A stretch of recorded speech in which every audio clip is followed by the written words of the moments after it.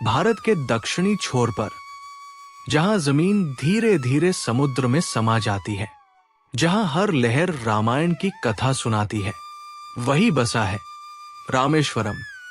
ये सिर्फ एक तीर्थ नहीं, बल्कि आस्था, इतिहास, रहस्य और प्रकृति का अद्भुत संगम है।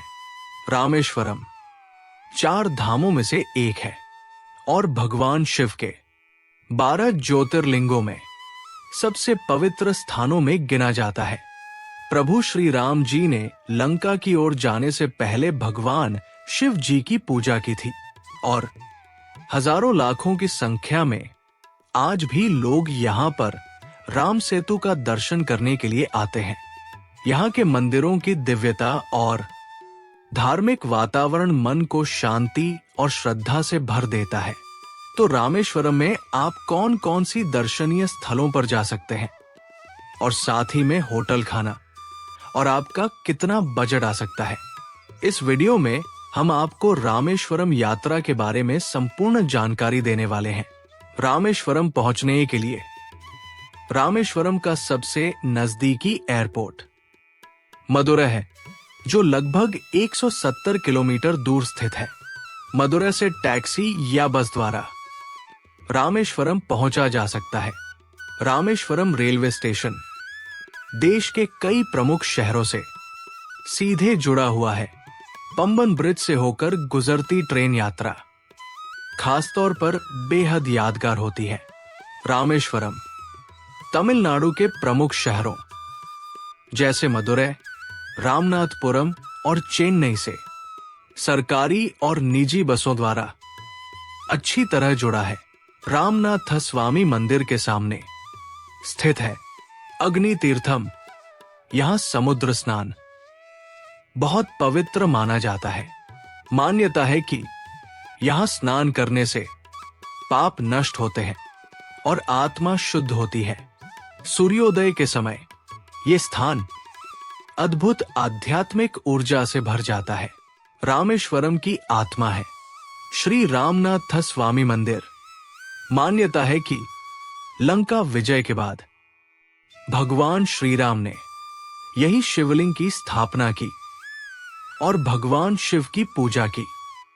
इस मंदिर की सबसे बड़ी विशेषता है इसके 22 पवित्र कुएं, जिनमें स्नान को पापों से मुक्ति का मार्ग माना जाता है। मंदिर के गलियारे दुनिया के सबसे लंबे कॉरिडोर माने जाते हैं, जहां हर स्तंभ इतिहास बोलता है।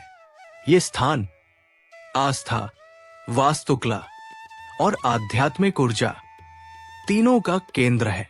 रामेश्वरम से कुछ दूरी पर स्थित कोदंडा रामर मंदिर भगवान श्री राम से जुड़ा एक अत्यंत पवित्र और ऐतिहासिक स्थल है। मान्यता है कि लंका विजय के बाद भगवान श्री राम ने यही विभीषण का राज्याभिषेक किया था। इस मंदिर में भगवान श्री राम धनुष यानी कोदंड के साथ माता सीता, लक्ष्मण और विभीषण के साथ विराजमान है। चारों ओर फैला शांत समुद्र, खुला आकाश और मंदिर की सरल वास्तुकला यहाँ के वातावरण को और भी आध्यात्मिक बना देती है। अब हम चलते हैं धनुषकोडी। धनुषकोडी को घोस्ट टाउन भी कहा जाता है। 1964 में आए भीषण चक्रवात ने इस पूरे शहर को तबाह कर दिया, जिसके बाद ये जगह वीरान हो गई। आज यहाँ टूटे हुए घर, उजड़ी हुई रेलवे लाइन और खामोशी की कहानियां बसी हुई है। ये वही स्थान है जहां बंगाल की खाड़ी और हिंद महासागर एक दूसरे से मिलते हैं। मान्यता है कि यहीं से भगवान राम ने लंका जाने के लिए राम सेतु का निर्माण किया था। धनुषकोडी सिर्फ एक उजड़ा शहर नहीं, ये इतिहास, आस्था और प्रकृति की शक्ति का जीवंत प्रमाण है।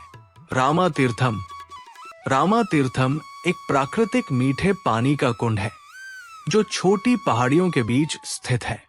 मान्यता है कि भगवान श्री राम ने लंका जाने से पहले यही स्नान कर शिव की पूजा की थी। इसलिए इस स्थान को अत्यंत पवित्र माना जाता है।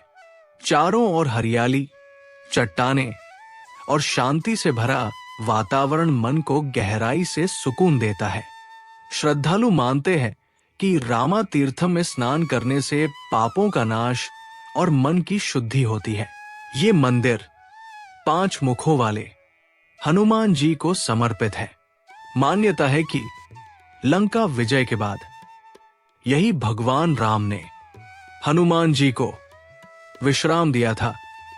यहां रामायण काल से जुड़े कई दुर्लभ प्रमाण देखने को मिलते हैं।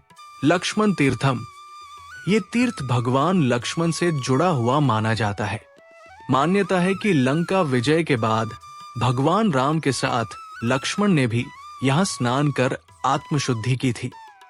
इसी कारण इस स्थान को विशेष पवित्रता प्राप्त है। लक्ष्मण तीर्थम में स्थित शांत जलकुंड और आसपास का सुकून भरा वातावरण भक्तों को गहरी शांति का अनुभव कराता है। यहाँ श्रद्धालु पवित्र स्नान कर अपने पापों से मुक्ति की कामना करते हैं। Doctor APJ Abdul Kalam memorial, यही वो जगह है जहां भारत के मिसाइल मैन और पूर्व राष्ट्रपति डॉक्टर APJ अब्दुल कलाम को अंतिम विदाई दी गई थी। ये मेमोरियल उनके सादे जीवन, वैज्ञानिक उपलब्धियों और देशभक्ति को दर्शाता है। अंदर आपको उनकी किताबें, तस्वीरें, पुरस्कार और उनके जीवन से जुड़े अनमोल विचार देखने को मिलते हैं। ये स्थान युवाओं को बड़े सपने देखने और देश के लिए कुछ करने की प्रेरणा देता है। पाम्बन ब्रिज, जो रामेश्वरम को मुख्य भूमि से जोड़ता है, ये पुल 1914 में बनाया गया था और ये भारत का पहला समुद्र पर बना रेल पुल माना जाता है। पुल के नीचे बहता नीला समुद्र और ऊपर से गुजरती ट्रेन का नजारा बेहद रोमांचक होता है। पाम्बन ब्रिज की खासियत है इसका ओपनिंग सेक्शन, जो जहाजों के गुजरने के लिए ऊपर उठाया जाता है। तेज हवाएं, लहरों की आवाज और दूर तक फैला समुद्र इस जगह को यादगार बना देता है। रामेश्वरम में आपको बजट से लेकर अच्छे आरामदायक होटल आसानी से मिल जाते हैं। ज्यादातर होटल मंदिर और समुद्र के पास स्थित है, जहां साफ सुथरा माहौल और सादा लेकिन अच्छा स्टे मिलता है।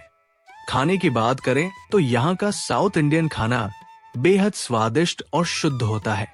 इडली, डोसा, सांभर, उत्पम और फिल्टर कॉफी यहाँ की खास पहचान है। ज्यादातर जगहों पर शुद्ध शाकाहारी भोजन ही परोसा जाता है। रामेश्वरम सिर्फ देखने की जगह नहीं, महसूस करने की भूमि है। यहाँ आस्था है, इतिहास है, प्रकृति है और आत्मा की शांति है। अगर ये वीडियो आपके मन को छू गई हो तो इसे लाइक करें, शेयर करें और चैनल को सब्सक्राइब करना न भूलें। मिलते हैं अगली यात्रा में एक नई कहानी के साथ।